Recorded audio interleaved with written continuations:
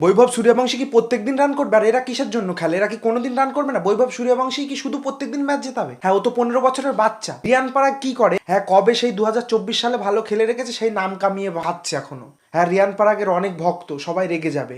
তাকে আগের ম্যাচে 29 বলে 97 করলো, আজকে 47 বলে 96 করলো। 15 বছরের বাচ্চা তো ভাই, সব একা করবে নাকি? প্রত্যেকদিন একা রান করবে? আর কেউ নেই? এই তো 2 ম্যাচ আগেই তো 93 রান করলো না সেই লখনৌর সাথে? হ্যাঁ, 38 বলেই তো 93 রান করলো। লাস্ট 4টে ম্যাচে বৈভব সূর্যবংশী 15 বছরের বাচ্চা, একটা ম্যাচে 93, একটা ম্যাচে 96, একটা ম্যাচে 97, সব 200-র উপরে স্ট্রাইক রেট। সেদিন 97 করলো 29 বলে, সেদিন তো 300-র উপরে স্ট্রাইক রেট। তো কি করছে? আর বাকিরা কি করবে? শুধু বৈভব সূর্যবংশী একা করবে? দেখো, টার্গেটটা 230 হতে পারতো। দেখো জাসপাল, এসএসসি জাসপাল কি পুরো শেষ হয়ে গেল নাকি? অত্যন্ত ট্যালেন্টেড ব্যাটিং, কিন্তু কি করছে বুঝলাম না। আগের দিন 29 বলে 29 করলো, আজকে 2 বলে 1 করলো। হ্যাঁ, উত্তেজনায় রাগে মানে একটু বেশি বলে ফেলছি। বৈভব সূর্যবংশী আমার 2025 সাল থেকে পছন্দ, তাই বলে এই যে এসএসসি জাসপাল যখন থেকে আসে 23-24 সাল, তখন থেকেই স্টার, মানে তখন থেকেই সবাই পছন্দ করি। তবে এখন কি খেলছে? হ্যাঁ, যখন যাকে মাথায় রাখা উচিত তখন তাকে মাথায় রাখতে হবে, যখন যাকে নিচে নামানো উচিত তখন নামাতে হবে। এটাই তো ক্রিকেট, স্পোর্টসে এটাই চলে। বৈভব সূর্যবংশী 47 বলে 96 রান করেছে, 7টা ছক্কা 8টা চার, 200-র উপরে স্ট্রাইক রেট। কি অসাধারণ! ধ্রুব জুয়েল কি করলো? আগের দিন ভালো খেলেছে, আজকে কি করে ভালো খেলে? প্রত্যেকদিন কি ভালো খেলবে নাকি? তাহলে বৈভব সূর্যবংশী খেলছে কেন? 6 বলে 7 করে আউট হয়ে গেছে।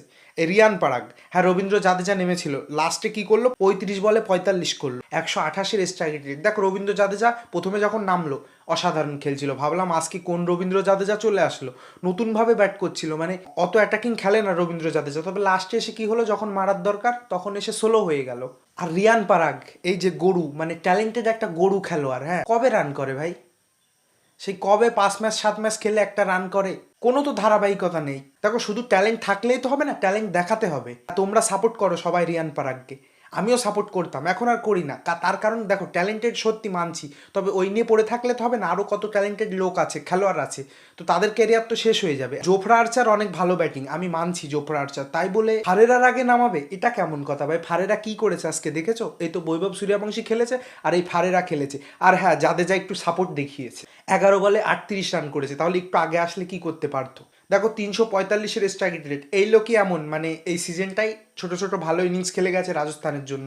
আর কে? ধ্রুব জুয়েল একটু খেলেছে, বৈভব সূর্যবংশী, আর তো কাউকে দেখছি না। কে খেলেছে আর? এই এত দূর যে পৌঁছলো এই বৈভব সূর্যবংশীর জন্যই পৌঁছেছে, তা না হলে রাজস্থানের টিম পচা টিম, বলতে বাধ্য হচ্ছি। পছন্দের একটা টিম, তারপরেও বলতে বাধ্য হচ্ছি। দেখো, গুজরাটের ওপেনারদের নিয়ে আর কিছু বলার নেই। এরা ম্যাচ, মানে এরা যেই টিকে থাকে ম্যাচ কত দূর নিয়ে যাবে। দেখো, প্রথমে স্লো খেলছিল, খেলতে খেলতে পাওয়ার প্লের মধ্যে একটাও ছক্কা হয়নি, তার মানে বুঝতে পারছো।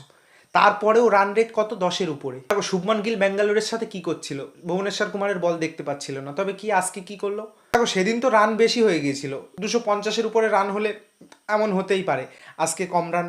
শুভমান গিল, সাই সুদর্শন একই ধরনের টেকনিক্যাল খেলোয়াড়, মানে এদের কাছে 210, 215, 220 করা কোনো ব্যাপার না। এবার যেই 230-এর উপরে চলে যায় তখন এদের জন্য কঠিন হয়ে যায়। দেখো, সত্যি বৈভব সূর্যবংশীর জন্য খুবই খারাপ লাগছে, যেই বাচ্চা ছেলেটা নিজের দমে টিমকে এত দূরে নিয়ে আসলো, ফাইনাল তো ডিজার্ভ করতো। হ্যাঁ, ফাইনাল জিতুক আর না জিতুক, সে আরসিবি যদি নিয়ে যায় তো নিয়ে গেল, সে ফাইনালে তো ওঠার দরকার ছিল রাজস্থানের। তুমি কি মনে করো? আমার সত্যিই খারাপ লাগছে বৈভব সূর্যবংশীর জন্য। দেখো, ম্যাচে আরেকটা জিনিস হয়েছে, রাশিদ খানকে কি এখন কেউ সম্মান দিচ্ছে না? বুঝলাম না। এই ফারেরা কিভাবে মারলো বিদেশি ব্যাটিং রাশিদ খানকে, 4টে ছক্কা মারল। রাশিদ খানের লাস্ট 5 বল খেলেছে, 4টে ছক্কা মেরেছে আর একটা 2 রান, 26 রান 5 বলে, তাও রাশিদ খানকে। রাশিদ খানকে সম্মান শেষ হয়ে গেল, মানে বোলিং কি হয়ে গেল রাশিদ খানের? আমাদের ইন্ডিয়ান ব্যাটিংরা ভয় পেত, আর এখন বিদেশিরাও মারছে। বিদেশিরা নাকি স্পিন খারাপ খেলে, খুব একটা পারে না। দেখো, গুজরাটের জন্য ইজি ম্যাচ ছিল ফাইনাল, আরসিবি ভার্সেস গুজরাট। এটা প্রত্যেক বছরই হয়ে থাকে, টপ টুর মধ্যে যারা থাকে তারাই ফাইনাল খেলে, এটা তো হতেই থাকে। এই নিয়মটা ভালো একদিক থেকে, আবার অনেক দিক থেকে খারাপও মনে হয়।